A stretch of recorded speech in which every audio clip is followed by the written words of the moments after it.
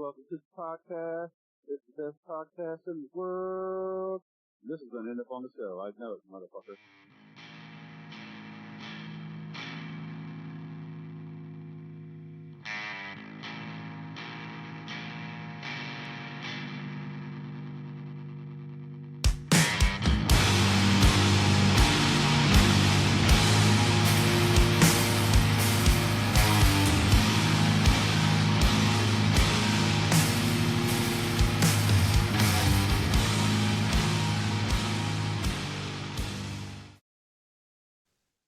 What is up, ladies and gentlemen? Welcome to episode 118 of Epitome of Stupidity, your favorite allegedly metal podcast. Returning from a winter break here with Axioma, whom I saw open for Pelican just a few weeks ago, and well, suffice to say, they caught my fucking attention. The intro song is called Dogma, which I'm probably pronouncing wrong, but hey, at least I'm consistent. Speaking of consistent, Sonic Temple Art and Music Festival, the pinnacle of rock festivals in America, returns in 2025 with Linkin Park, Korn, 2 nights of Metallica, no repeat weekend, plus Bad Omens, Incubus, Alice in Chains, Rob Zombie, 3 Days Grace, Alice Cooper, I Prevail, Jimmy Eat World, Chevelle, Motionless in White, and so many more. May 8th to the 11th at historic Crew Stadium in Columbus, Ohio. Passes on sale now at sonictemplefestival.com. I know it's still winter and all that, but Sonic Temple is actually only like 4 fucking months out. So make sure you've got your tickets and your passes and your camping and your beer funds and all that stuff so that you're there for all 4 of those fucking insane days. So if you're new here, welcome in. I'm Clint. I'll be your host. And I think what you're doing with your hair absolutely works. Your significant other can kiss my ass. If you're not new here, thanks for coming back. Returning listener or non-new listener, you should be going to brimminghornmeadery.com, picking out some award-winning mead, using code EPITOMEAD at checkout. That's EPITOMEAD, and get yourself a 10% discount. It's the perfect fucking crime. Get you some delicious mead at a discount. No matter who you are, do it. It's good. This is the part where I tell you what I've been listening to lately, just in case you forgot, or like I have, you'll have to read it off the prompt here so that I can remember what it is I do here. So lately, I've been listening to a lot of show-related stuff for some bands that are coming up. I've also listened to the new Wee Demon album, which is fan-damn-tastic. It's called The Doom Scroll. For all you Stoner Doom folks, you should absolutely be listening to that. Listening to a lot of She here recently, too. They were on the show not all that long ago. They opened for Wee Demon here recently. Whatever. It was just a fan-damn-tastic show. Other than that, I've been enjoying the hell out of some Primus, because why not? I'm excited about the new drummer and all that stuff, some The Sword. And like I said a second ago, a bunch of stuff that's kind of show-related. Bands like Guiltless, the band 16, Telepathy, a little band called Scour, maybe you've heard of them. A lot of good stuff on the horizon. Stick around. Moving on here, how about some quick cliff notes on Axioma? Noted as purveyors of dark apocalyptic metal from Cleveland, they've been around since 2015 and done cool shit like record live stuff during a solar eclipse. What the fuck? How did I not think of that? Because I'm stupid, that's how. These guys are not, and they did something really fucking cool with a really cool song and a really cool, essentially once-in-a-lifetime fucking setting. They've put out 3 EPs and 2 LPs in that time. And after seeing them live, like I said, not too long ago, open for Pelican, I can tell you that without a doubt, they can absolutely demolish live.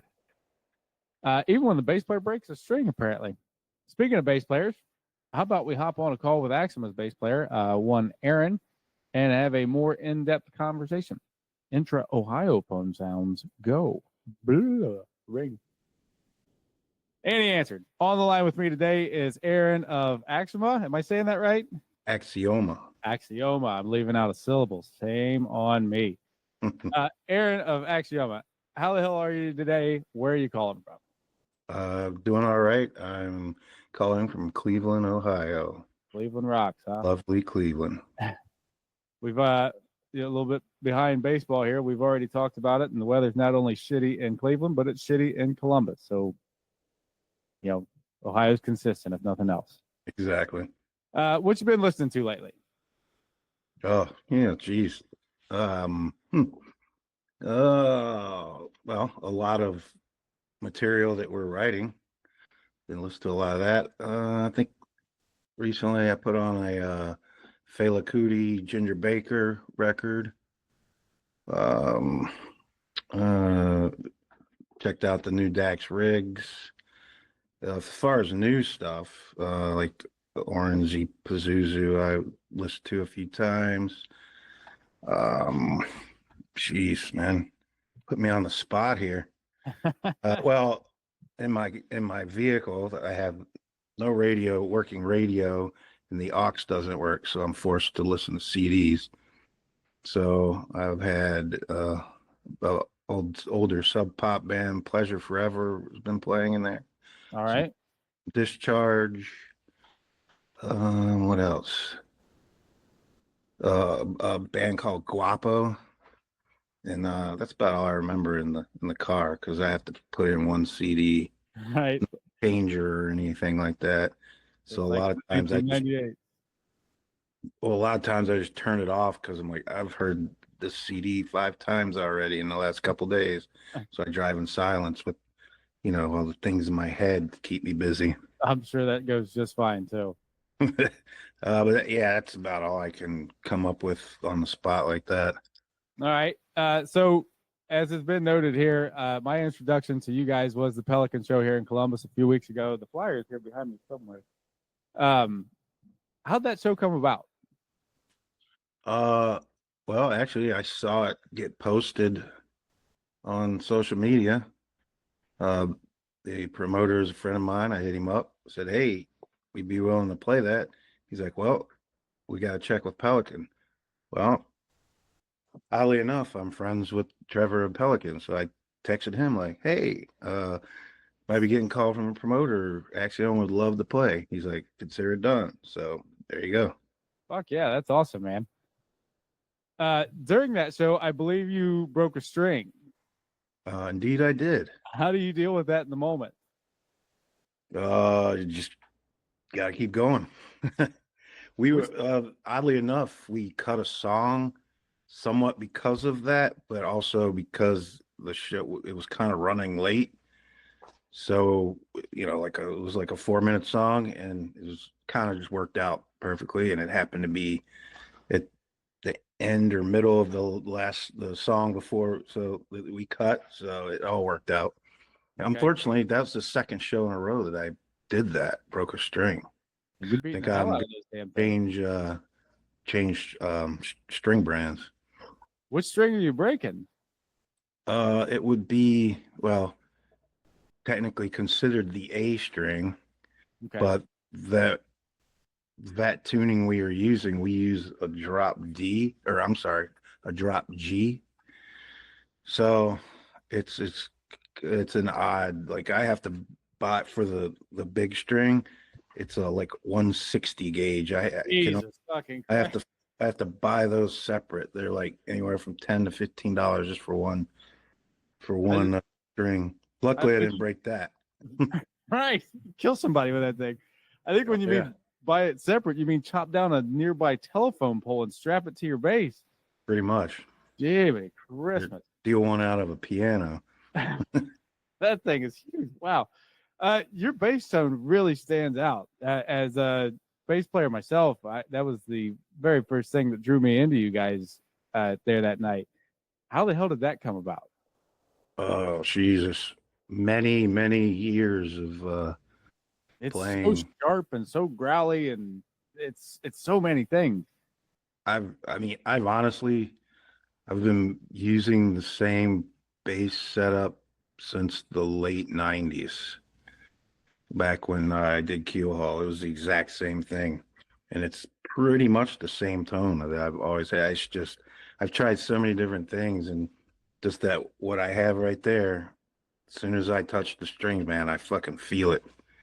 And if I put something else in that chain or try a different pedal or anything, I'm like, nope, it's not there. I can't feel it.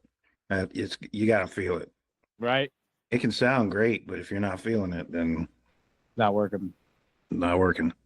Fun fact, after the show was over, I was talking to a buddy of mine, Chris from the local thrash band Takas, about you guys and about your bass tone. And in doing so, I pronounced the band name even wronger than I did to you just a second ago. I was leaving not only that middle syllable out, but the A off the end. So it was just Axiom.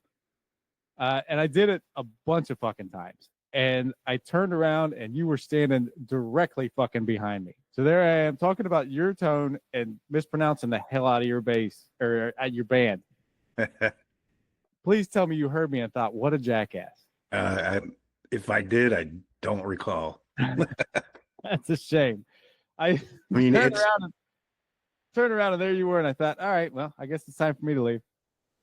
The pronunciation is it's common like everywhere we go. Like I even have friends that still they've known this band for 5-6 years, however fucking long we've been around, still can't pronounce it right. So it is what it is. As long as you're listening to the music. Sure. Yeah. Where'd the name come from? I'm not real sure, to be honest. Our guitar player Cyril came up with it, and he's told me, but I don't remember exactly how he came up with it. We've noticed some other things called Axioma, like there was a yacht from a Russian mobster or something that got seized. It was called Axioma. There's a few other bands around the world that are either using or have used the name, but I'm pretty sure we've got like 5-6 releases out and have been using it consistently for probably longer. So we don't own it or anything, but right. I love the idea behind the live totality thing that you guys did with the Eclipse, and the song itself is fucking amazing. I want to ask a smart question here, but basically it's just a big what, why, and how. Between what song to do, where the idea come from. Was it stressful doing it in the moment? Because I mean, if you get it wrong, you got to live till what, 2099 to try it again. Right. How did all that come about? Man, a friend of mine recently bought some property out on Lake Erie. Got a really good deal, and his house is right there on the lake.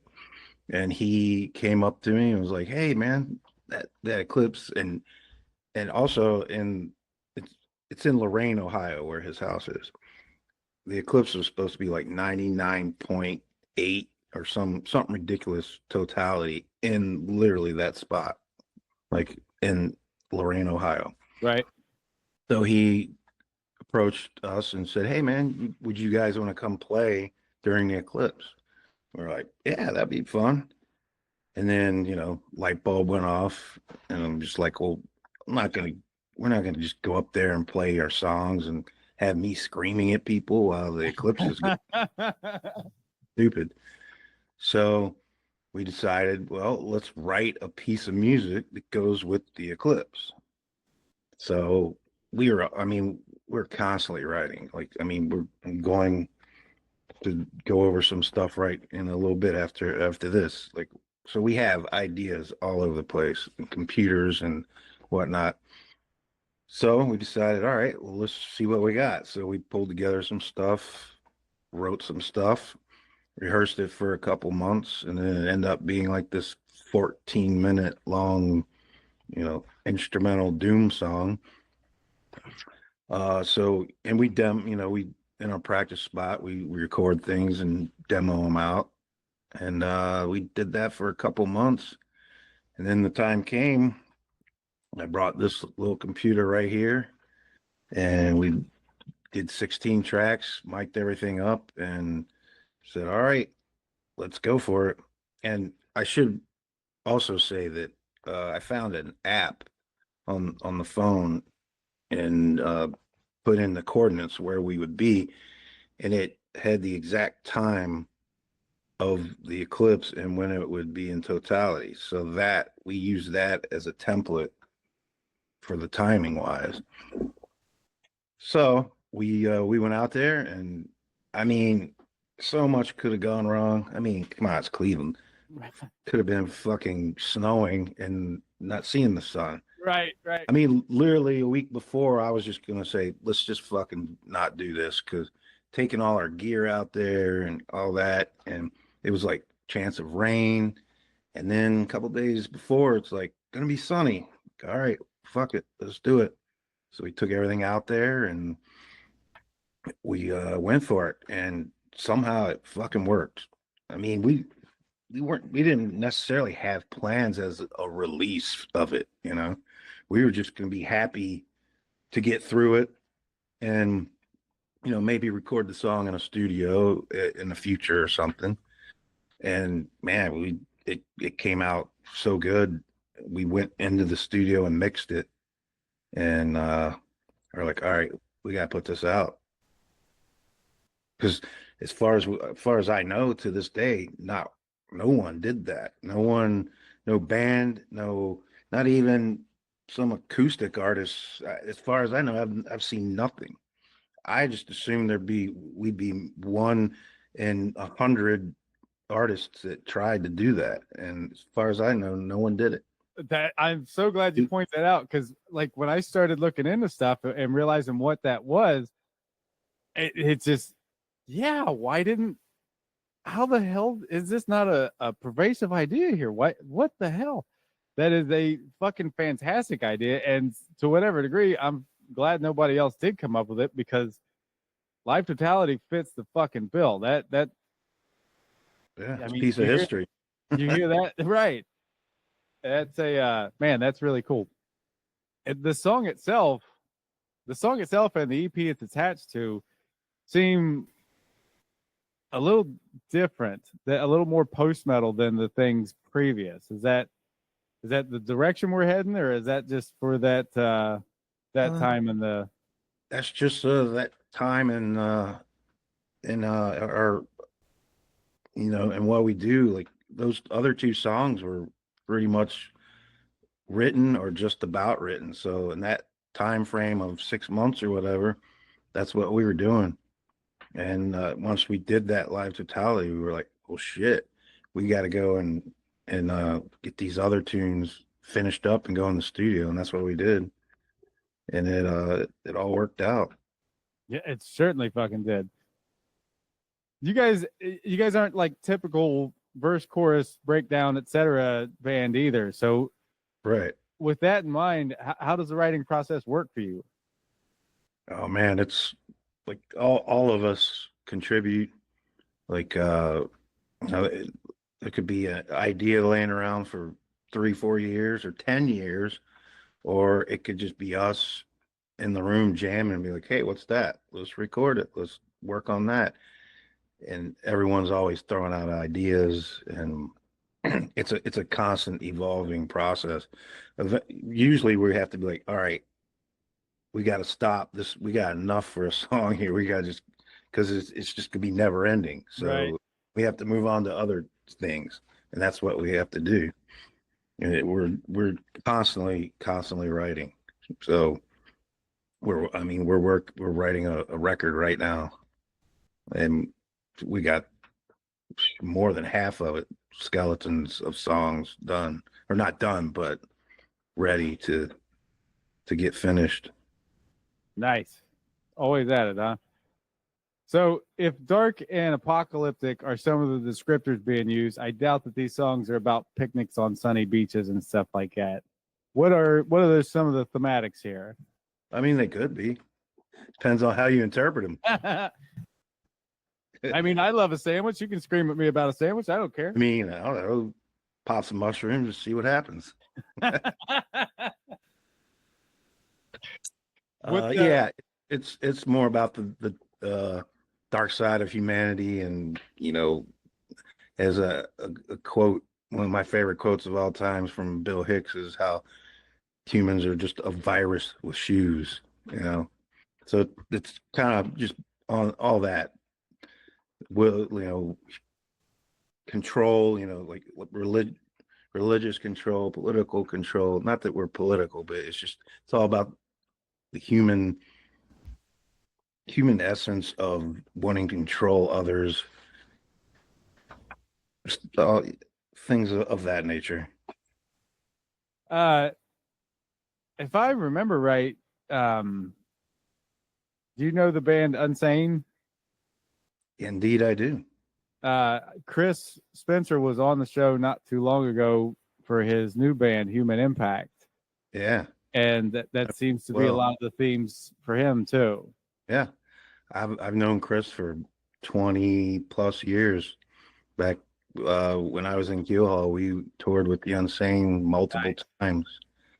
And yeah, the last time Human Impact came through, I went and saw him. So I've known Chris for a long, long time. And yeah, we have things in common such as that. All kind of makes sense.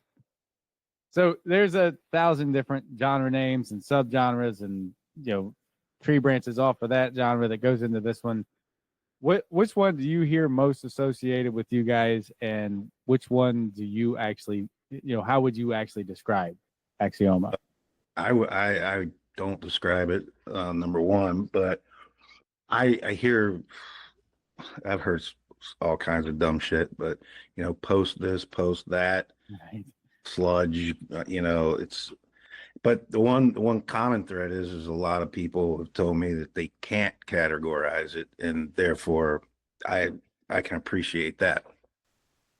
As far as what I mean, it's all fucking rock and roll to me. I mean, Right. Yeah, different form of it. Right. It's something that gets really overthought sometimes, and it's all rock and roll to me is a good way to come back to it and kind of, give me a guitar, let me go. Yeah, man. I mean, parents hated rock and roll. You rebelled as a kid because of rock and roll, and then, or at least I did because I'm old as fuck. But it was rock and roll, punk rock, metal, and all that stuff. It's just, that's what it is to me. So it's the same. What's your favorite album of you guys's? Oh, geez. Full length, I guess, would be like Sepsis, although I haven't listened to it in forever. So I might tell you something different if I put it on. I honestly haven't listened to any of those records, like sat down from start to finish in years. So, but as far as the process and everything, as far as full lengths, that's probably my favorite. Which one's the one that people should listen to jump on board with Axioma? Actually, I would say the first EP, Opia, because that's when we came together, and you can see the evolution. I when I hear a band for the first time, I'll listen to a couple of their new tunes. If I haven't heard them, I go all the way back. I want to see, like, okay, where did they start, and this is where they've gotten to. How'd we end up here? Yeah. So I would say Opia, and that odd thing about Opia was it was a side project of Cyril, the guitar player, and he was doing other bands, and he's just kind of doing it for fun. And I asked him, I saw him somewhere, and I said, so what's up with that? That project? He's like, well, I'm just going to go in and play bass because we can't find a bass player. And I happen to have free time. I said, well, show me or send me the songs and I'll check it out. So I did. And like, all right, cool. I went in, I listened to the songs for a couple weeks. I never sat down and tried to play along or anything. And I went in the studio like fucking cold and was just like, all right, let's try this. And in like 2 days, I did all the bass on the record. And then I had a couple vocal ideas, and they had a vocalist. And I just was like, well, let me throw these scratched ideas down, and then the vocalist can use them, or he doesn't have to. It doesn't matter. It's just these ideas I have. And he calls me like the next week. He's like, all right, well, you're the vocalist now. Whoa, no. I didn't sign up for that. And then it started from there. And then, so with that being said, Opia would be definitely the first one, because then there's a very huge difference once you go to Opia to the newer stuff. Because now we've played many shows and we've done a lot of out of town stuff, and that only makes you better as a unit. Sure. How long did it take you to adjust to the whole singing thing? Oh shit, I've been doing it for since 1993. I've been screaming and playing at the same time since 93, and it's always literally every project where I'm doing vocals, it's by default. I've never wanted to do vocals. I still don't want to do vocals. Always by default. And I've done guest vocals on some people's stuff. And I'm always like, yeah, that'd be cool. And then I realize when it's time to do it, I'm like, fuck, why did I say that? I don't enjoy this. I mean, I like live screaming at people. Sure. But yeah, it's always been by default. But yeah, since probably 93, I've been doing this. I think somewhere along the line you were in Ringworm too, weren't you? Yeah, I did many tours with them. I never recorded, or I was never really a part of the band, so to speak. I was basically their drink, because they're from Cleveland. Right. I'm drinking buddies with all those guys, and they would be like, God damn it, so and so quit, and we got this tour. I'm like, I'll do it. So basically I would just learn their songs so I could go travel the world drinking with them for the most. So yeah, Ringworm, I played rhythm guitar at one point and played bass at another point. But I mean, I got to go to Australia, and I got to see a lot of stuff because of those guys, because they travel. It seems like a buddy of mine and I were talking about this recently. I turned him on to you, and he was all over it, and he's a real big Ringworm fan, so I didn't even realize that at the time, but was happy to make the connection. But Cleveland metal, or the music scene in general, seems like it's almost underrated, but there's a lot of great fucking heavy bands and musicians and shit that come from there. I think we should, we've already talked about all the subgenre things. I think there should be a lake effect metal genre. Yeah, right.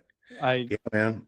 I mean, this is a dirty old rusty fucking beat up steel town, man, and people are pissed. So it pretty much, since the I mean, shit, the Dead Boys are from Cleveland, but so I should say since, the late 70s, 80s, so many bands have come up, Yeah.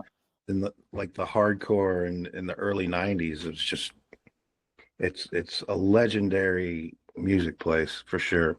And most people just laugh at, oh, Cleveland, whatever. Right. And I mean, even today, there's tons of younger death metal bands. They're just killing it, and they're fucking getting huge. Fucking So, Cleveland. Yeah. Who are yours and or the band's musical influences? Oh shit! I mean, I first wanted to play guitar because of Kiss. I grew up in the 70s and 80s, so musically, that's what got me to start playing guitar. And then, I got into the rock, the classic rock, and then got into pretty much thrash metal and punk right around the same time, up through that into the earache era metal or death metal bands, the late 80s, early 90s death metal bands. Then I went way underground after that. And yeah, just anything and everything from the early 70s till now. That's my musical influences. I mean, a lot of ground. Pretty much anything that you any stimuli that you come across is an influence. You have a bad day at work, you come home like, God damn it, and play the most pissed off riff ever. And you're like, sweet, that works. So, influences are just, I mean, like I said before, live in Cleveland, weather shitty, drive around a bunch of abandoned steel mills. Time to go home, write a riff. Seems like a solid way to end the day. So what's you've got the ringworm experience, you've got the 10 plus years with Axioma, right? 10 years, something like that. Something like that. I don't think it's quite 10 yet. It could be. What's your favorite? What are the best recording and or tour stories? Wow, I'm gonna try that again. What are the best recording and or tour stories? Oh shit, man. I have many. Well, I mean, one of my favorite records as far as recording I did was a project called Brain Tentacles. And we went out to a place in the middle of Illinois.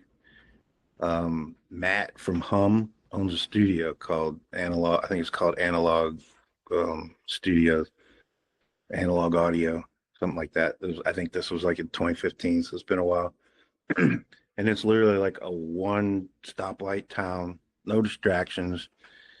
You live upstairs while you're there, and like one day I didn't even put pants on, like came down, recorded, I mean, pajamas, but Sure. it was so that was a really cool experience to just do that like that, because most of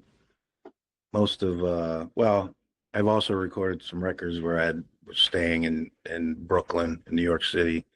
Those are interesting as well, taking the subway to the studio every day and back, things of that nature. But I love the studio. A lot of people don't. But those are some good memories. As far as touring, oh shit, man, there's a million stories. Because I've probably been in 20 plus countries. Got in the 2000s. Got to play in Russia. Wow. 2 shows. Don't know if that'll ever happen again, but man, too many. I can't even, like, one just wouldn't be enough. One story.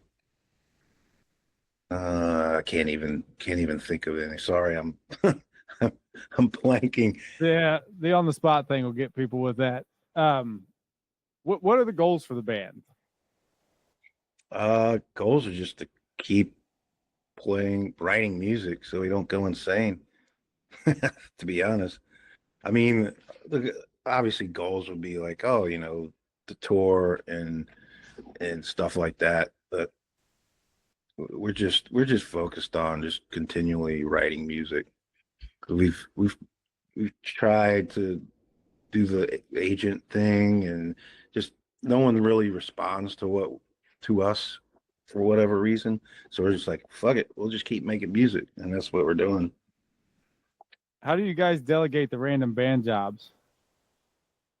They kind of just fall into place, really. Like Justin, he's a very accomplished artist, and he does all the artwork, layout, and everything for the records, the shirts, all that stuff. And I mean, yeah, it's pretty much just everybody has their own little niches that they pick up. Every once in a while, you'll be like, "Hey, can you take care of that?" Sure, but everyone's pretty. It's a pretty democratic situation we got. Now, since you've been in the music scene, Cleveland or otherwise, for so long, I want to ask, how has the scene, feels like such a cheap or generic word the further into this. The more I say scene is what it works out. I always spell it SEEN. There you go. It's because that's all it is. Yeah. How has it changed in all this time? And better, worse, otherwise? I couldn't tell you, because I don't, like, there's definitely a massive scene here in Cleveland right now, but I'm not really a part of it because I'm so much older. And I mean, I still go to shows, but I see all the young kids and everything, and they're fucking killing it. They're throwing, fucking DIY shows in the Taco Bell parking lots and just all kinds of shit, and it's great. when I was coming up in Cleveland in the 90s, it was great.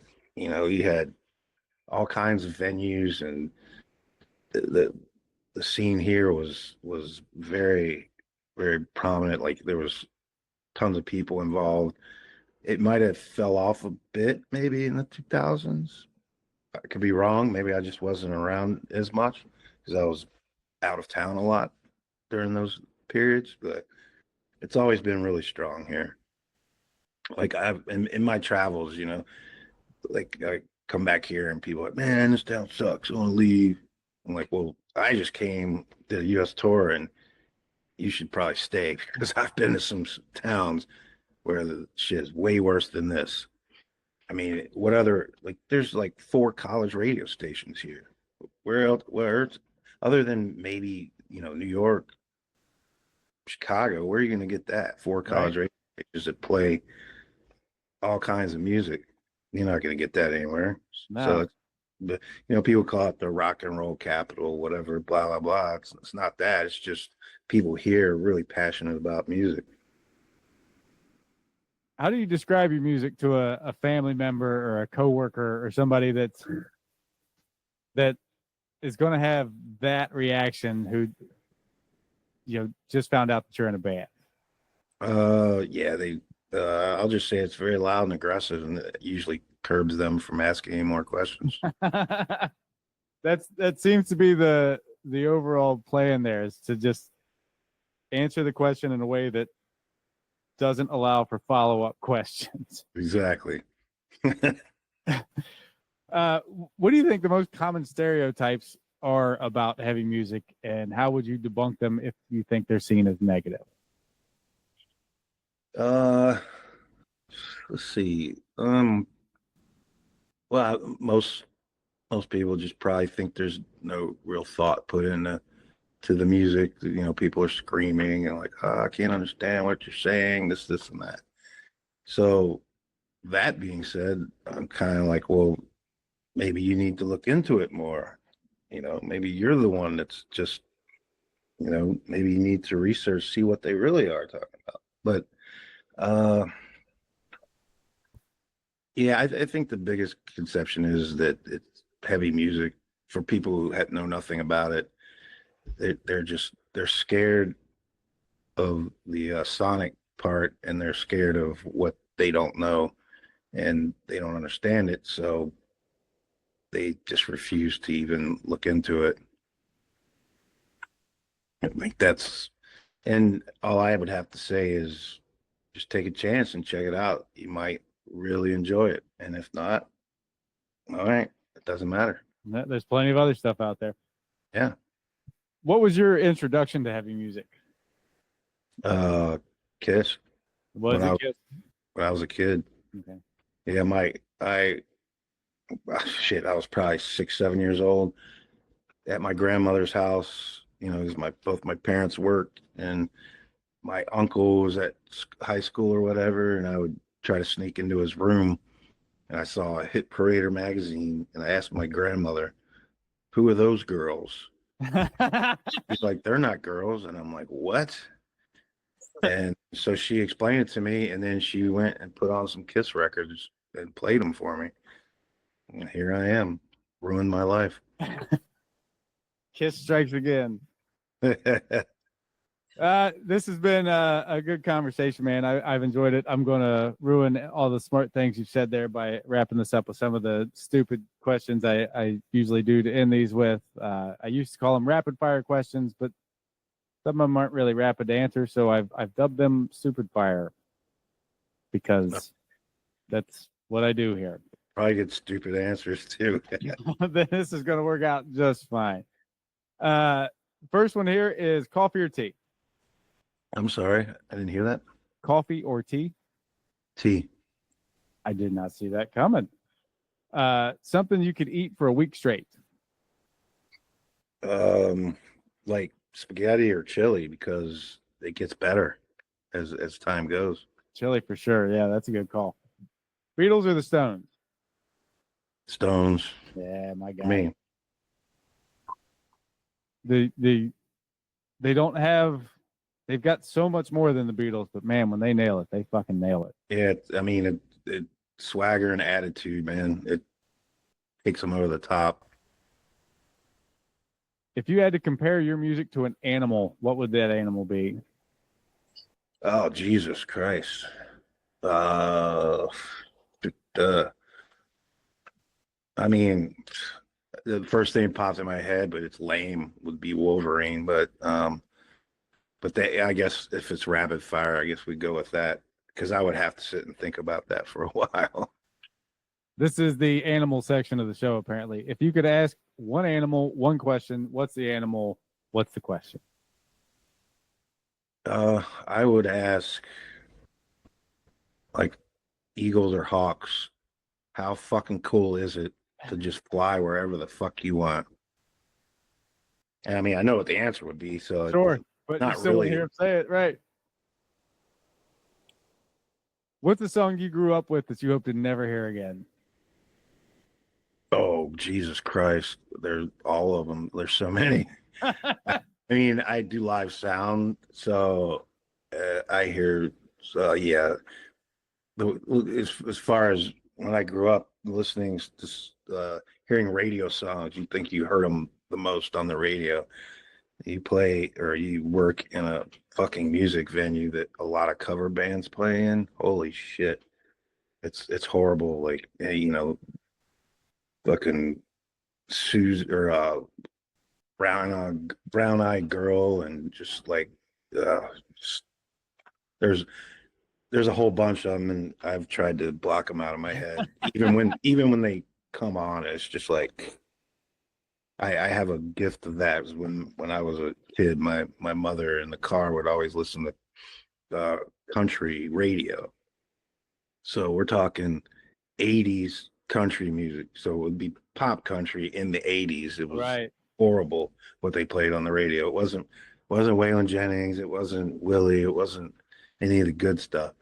So as a child, I was just able to block that stuff out, and I didn't hear it. So Thankfully. sorry about that long-winded rapid you're fire. fine. What? Like I said, this doesn't work as rapid fire, so we're going with stupid fire. Beer or liquor? Sorry? Beer or liquor? It's always been beer, but lately it might be liquor, because I'm just getting old, and too many beers. It's just a lot for your body to process. Yeah.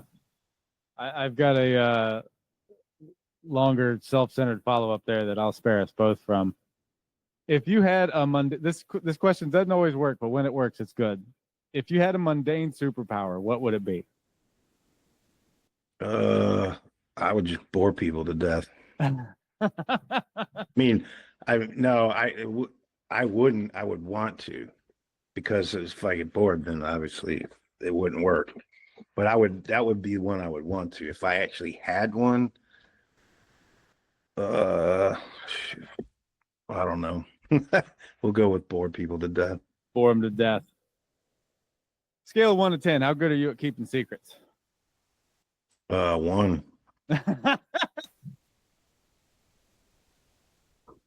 Trust me, ask any of my friends. Don't tell Aaron anything. Got it. What's your go-to? Wait a minute. How does that? Is 10 like actually keeping the secret? 10 is you're a vault. 1 is 10. Oh, 10. okay. Got it back. It's funnier if you're telling it. It's funnier if you're the gossip girl, but no, 10. Yeah, I don't. Everybody, I mean, people know when they tell me something, they don't even have to say, "All right, this is just between me and you," because I'm not. I get nothing out of telling people anything. So I was genuinely shocked at the reversal there, because I would not pick you as the gossipy type based on this conversation alone. oh, hell no. What's your go-to karaoke song? I've only done karaoke once in my life. What's your favorite thing to sing along to in the shower on the radio? I don't. I honestly don't. Or I haven't for many, many years. But the karaoke song I did was Taking Care of Business. That was at a friend's wedding about 20 plus years ago. And I would probably do it again because I don't know, it was fun. Beer or liquor involved that day? Oh, I'm sure it was a wedding. Sausage links or patties? Links. Quick with the links, huh? Okay. So the last question here is something completely unique to the show. Nobody's ever thought to ask something like this ever before. So I hope you're ready.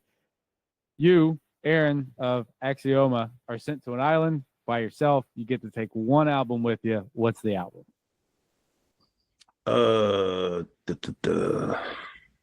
Fuck.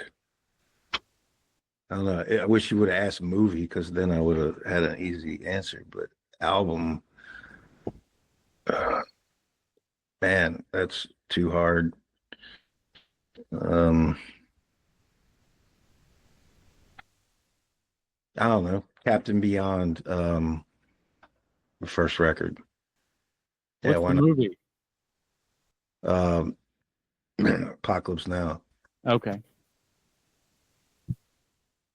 Which would be a total bummer to be stuck on an island and watching that, but still I have to. I can't go like in a year or two without watching it. So okay.